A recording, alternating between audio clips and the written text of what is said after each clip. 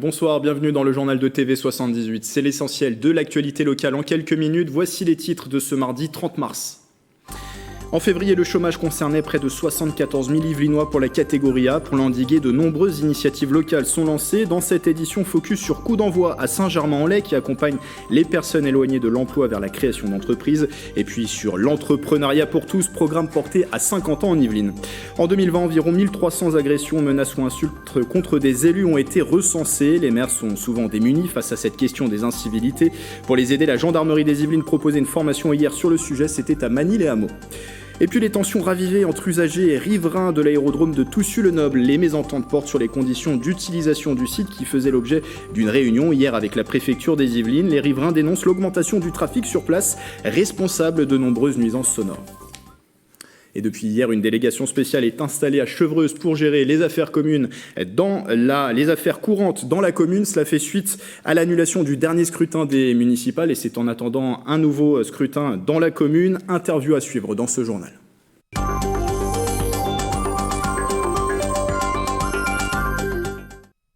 Il envisage de s'exprimer demain soir. D'après les informations de plusieurs médias, Emmanuel Macron pourrait prendre la parole dans une allocution. Un conseil de défense sanitaire est prévu plus tôt dans la journée, 10 jours après le déclenchement de la mesure du confinement dans certains départements, dont ceux de l'Île-de-France. Au menu notamment le maintien ou non de l'ouverture des écoles. Allonger la durée des vacances de printemps est une hypothèse avancée de plus en plus. Et depuis plusieurs semaines, le taux d'incidence chez les jeunes explose. Il a doublé depuis la début mars pour les 0-9 ans et les 10-19 ans. Dans le même temps, la vaccination contre le Covid-19 se poursuit et prend de plus en plus d'ampleur dans les Yvelines. Et depuis lundi, 3 nouveaux centres ont ouvert dans le département, dans les communes de Chatou, Conflans-Sainte-Honorine et Vélizy-Villacoublay. Ils fonctionneront la semaine, voire les week-ends. Ces 3 nouveaux sites viennent s'ajouter aux 13 déjà existants, portant le nombre total de centres à 16 dans le département. Dans les Yvelines d'ailleurs, au 29 mars, 140 463 personnes ont été primo-vaccinées. Aux plus de 75 ans et aux plus de 65 ans avec comorbidité sont venus s'ajouter également depuis quelques jours les plus de 70 ans. Près de 11 000 rendez-vous sont prévus cette semaine pour une première vaccination sur le territoire et environ 8 000 pour une seconde injection.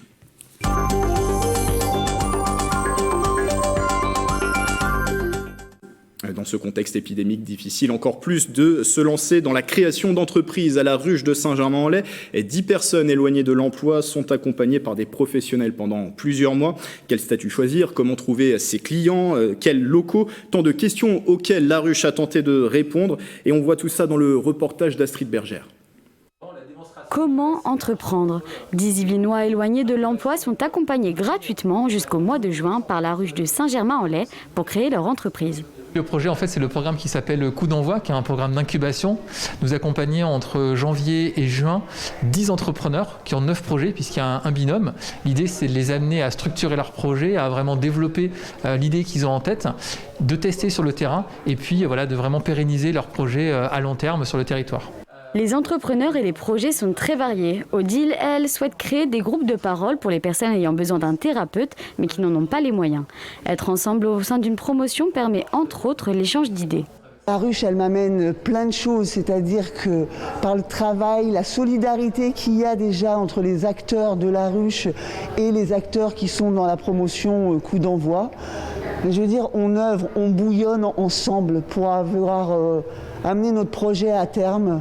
Et tous les ateliers qui sont proposés sont vraiment pertinents et soutenants. Ces projets sont pour certains des reconversions et pour d'autres un début de carrière. Manard et Capot, deux jeunes des Mureaux, ont lancé une gamme de tisanes locales et artisanales à base d'ortie.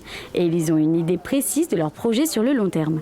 On souhaiterait devenir une marque de bar à tisane où en fait on viendrait prendre le café ou la tisane chez nous et en même temps on bénéficierait d'ateliers comme des séminaires, des masterclass pour avoir vraiment toutes les clés en main pour s'approprier et retrouver son pouvoir d'agir à son tour puisque nous on veut être fédérateur de cercles vertueux. Le programme Coup d'envoi est parrainé cette année par Frédéric Avard, directeur des projets innovants Paris-Île-de-France chez Orange.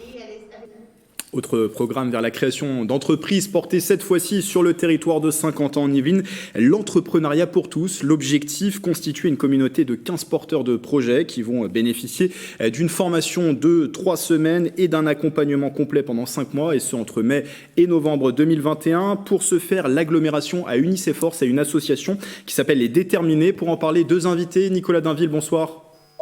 Bonsoir. Par visioconférence, vice-président de 50 ans en Yvelines en charge de l'emploi, de la formation professionnelle et de l'apprentissage. Je rappelle également que vous êtes le maire de La Verrière et également en visioconférence toujours Nadir Gagui. Bonsoir. Bonsoir à vous. Vous êtes le référent sur 50 ans en Yvelines pour l'association Les Déterminés. On commence justement avec vous en quelques mots. Quel est le but de votre association ? Les Déterminés, une association qui a été créée donc en 2015 par le président fondateur Moussa Camara, qui a pour but principal de démocratiser l'entrepreneuriat dans les quartiers, prioritaire dans un premier temps, et justement de pouvoir penser à travers un programme d'accompagnement complet, une offre de formation à destination de ces porteurs de projets. Et justement, c'est une association qui est présente dans toute la France. Ce type de projet, l'entrepreneuriat pour tous, a pu être aussi mené sur d'autres territoires ? Totalement. Donc cette association a déjà fait ses preuves sur le territoire régional en Île-de-France et effectivement, avec l'aide de tous nos partenaires historiques et notamment BPI France, nous avons pensé à un déploiement de ces formations à l'échelle du territoire national, notamment à Toulouse, à Lyon, à Montpellier, à Marseille, à Lille, Rouen, Roubaix, Nantes. Actuellement, on prépare aussi Bordeaux, Le Havre et effectivement, nous avons uni nos forces pour proposer une formation sur le territoire de 50 ans en Yvelines. Nicolas Dainville, pour l'agglomération de 50 ans en Yvelines, pourquoi justement s'appuyer sur l'expertise de cette association, les Déterminés ? Mais écoutez, vous l'avez dit, c'est une association qui a une expérience, près de 265, même un peu plus aujourd'hui, promotions. Donc c'est une association qui porte de très belles valeurs. Il y a l'entrepreneuriat, qui est une expertise, qui est reconnue par un certain nombre d'autres communes. Et donc, c'est un gage de sérieux, c'est une garantie pour nous que de faire appel aux déterminés sera une occasion de former nos jeunes à l'entrepreneuriat de manière extrêmement rigoureuse, sérieuse. Et donc, c'est pour ça qu'on fait appel à cette belle association. Il y a un souci pour l'agglomération de faire appel justement à des démarches innovantes pour l'emploi. Il y a par exemple 2 ans, une expérimentation avait été menée sur le territoire autour de l'entreprise éphémère où une 50aine de demandeurs d'emploi avaient pu faire partie de cette expérience. Écoutez, à 50 ans en Yvelines, on est une terre d'innovation. On a les plus belles entreprises du monde, de Sodexo à Airbus en passant par Thales ou Renault. On a aussi une créativité, un ensemble d'entrepreneurs qui ont soif d'entreprendre, qui ont soif de créer, qui ont soif d'innover. Et il faut qu'on les accompagne. On a créé l'incubateur, SkiCube. C'est donc l'objectif de cet incubateur, de permettre de se faire réaliser ces projets entrepreneuriaux. Mais on a aussi des entrepreneurs qui sont souvent éloignés des dispositifs traditionnels d'aide à la création d'entreprises, qui sont dans nos quartiers dits en priorité de la ville. Et donc, il faut aussi qu'on les accompagne, il ne faut pas qu'on les laisse tomber. On a 7 quartiers prioritaires de la ville sur Saint-Quentin. C'est à peu près 15% de la population. Ça représente 11% de la création d'entreprises. Et ce sont des entreprises qui, je dirais, malheureusement, sont souvent des auto-entreprises et sur des secteurs très particuliers. Les VTC, la restauration. Et donc, tout l'enjeu, c'est d'avoir des entreprises qui grandissent davantage et qui soient sur des secteurs plus variés. Et donc, on va s'accompagner sur les déterminés pour y arriver. Justement, Nadir Gagui, de créer une émulation autour de l'emploi, de la création d'entreprises. Pourquoi c'est important ? Est-ce que vous avez le sentiment que finalement, si vous ne donnez pas un coup de pouce peut-être à ces personnes, certains talents ne pourraient pas être dénichés, des créations d'entreprises ne pourraient pas se faire ? Entre autres, en fait, on part du postulat simple que dans le quartier, il y a des talents, plus globalement dans tous les domaines, mais notamment dans la création, dans la dynamique de développement économique. Donc, effectivement, ce qu'on se dit, c'est que nous avons, nous aussi, eu des parcours d'entrepreneurs où ça n'a pas été simple, ça a été plutôt compliqué, non pas pour des raisons d'argent, mais pour des raisons de code et de réseau. Et l'objectif, effectivement, c'est aujourd'hui, avec cette expérience, cette expertise, plus de 23 promotions, c'est de se dire que si on a la possibilité d'apporter une main tendue à ces entrepreneurs, à ces porteurs de projets, ces femmes et ces hommes de ce territoire, on le fait avec grand plaisir et ça participera activement au développement économique aussi de tous ces territoires.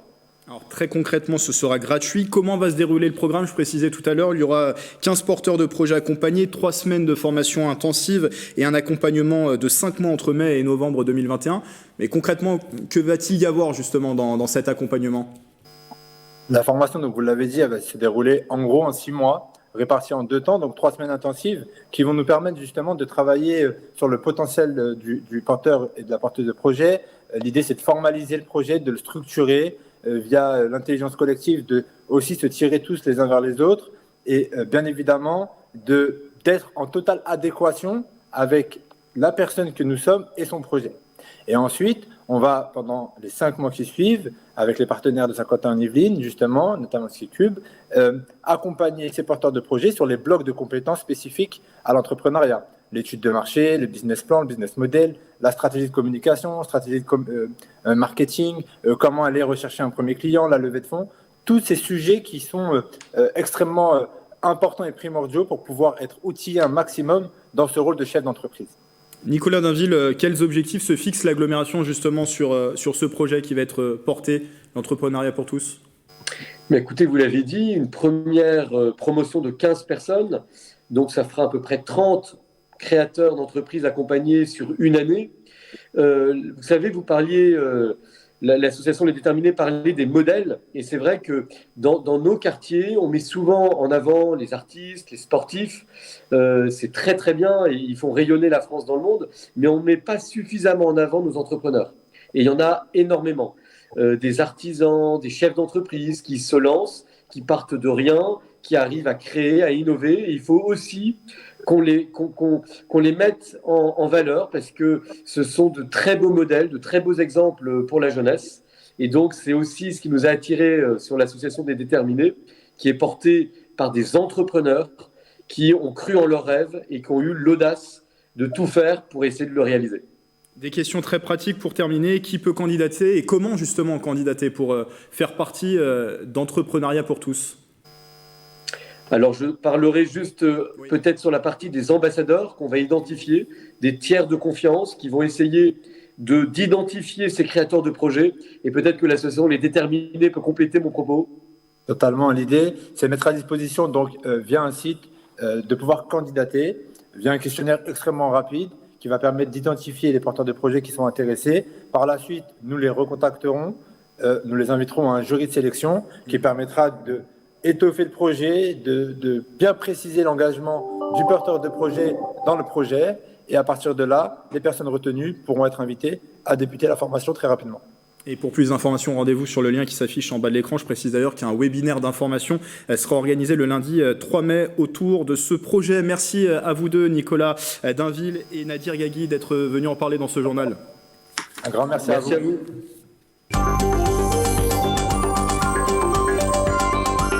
Merci à vous. Dans le reste de l'actualité, il sera jugé du 20 au 22 octobre au tribunal judiciaire de Versailles. Le footballeur Karim Benzema comparaîtra pour complicité de tentative de chantage dans l'affaire de la sextape de son ancien coéquipier en équipe de France, Mathieu Valbuena, des faits qui remontent à juin 2015. Les peines encourues pour le joueur de 33 ans, 5 ans d'emprisonnement et 75 000 € d'amende. 4 autres personnes sont poursuivies également pour tentative de chantage. Et on apprend par ailleurs que le parquet de Versailles a requis une peine de 2 millions d'euros contre Ikea France dans le procès qui se tient à la cour correctionnelle. La filiale du géant suédois de la décoration est accusée d'avoir espionné et recueilli des informations confidentielles sur plusieurs centaines de salariés et des candidats à l'embauche, et ce pendant plusieurs années.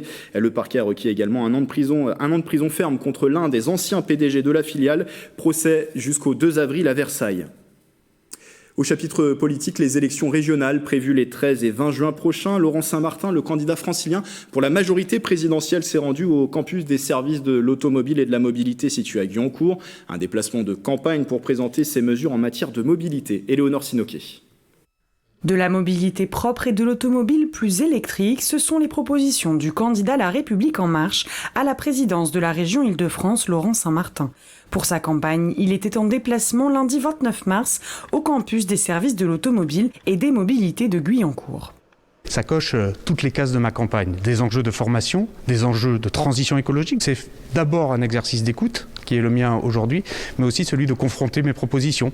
Nous avons parlé avec l'ensemble des formateurs de la pertinence justement d'accompagner encore davantage via la prime à la conversion, via notamment tous les outils que la région demain pourrait faire en plus pour pouvoir non seulement aider la formation professionnelle, mais aussi aider dans le sens de la filière automobile propre demain. Le candidat a donc visité l'ensemble du campus qui forme au métier de l'automobile, mais également de la moto ou encore du vélo. Une visite appréciée par la directrice qui souhaite que sa filière ne soit pas oubliée dans ces élections régionales. C'est une période qui suscite en fait ce type de rencontres.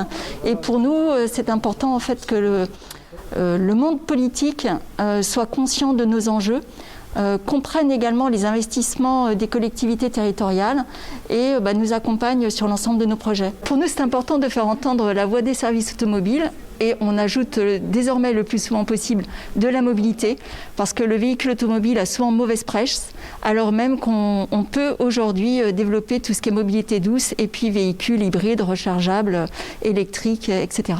Malgré la crise sanitaire, le campus des services de l'automobile et des mobilités continue de former ses apprentis et alternants, une formation d'autant plus importante au vu des enjeux futurs de cette filière. Les autres candidats en Ile-de-France, Audrey Pulvar pour le Parti Socialiste, Jordan Bardella pour le Rassemblement National, Clémentine Autain pour la France Insoumise et Julien Bayou pour Europe Écologie Les Verts. Valérie Pécresse, la présidente sortante de la région, n'a pour l'heure pas déclaré sa candidature officiellement. Les élections départementales sont également prévues aux mêmes dates que les régionales, les 13 et 20 juin prochains. Ces scrutins ont déjà été reportés une fois en raison du contexte sanitaire de mars à juin et la question d'un nouveau report se pose désormais avec l'émergence d'une troisième vague. À ce propos, le Conseil scientifique a rendu son avis hier lundi. Il ne tranche pas sur la question, mais considère qu'un nouveau report permettrait de faire baisser le niveau de risque. Le Conseil sanitaire laisse cependant le choix au gouvernement de trancher. À Chevreuse, une délégation spéciale a été installée en début de semaine par la sous-préfète Hélène Géronimi. Elle aura pour charge de gérer les affaires courantes dans la commune après la décision du Conseil d'État de confirmer l'annulation de la dernière élection municipale à Chevreuse. En attendant de nouvelles élections, le 9 et le 16 mai prochain, 3 personnes vont composer cette délégation spéciale, parmi lesquelles Jacques Lelioz, ancien maire de Manille-et-Hameaux, qui explique son rôle au micro d'Éléonore Sinoquet.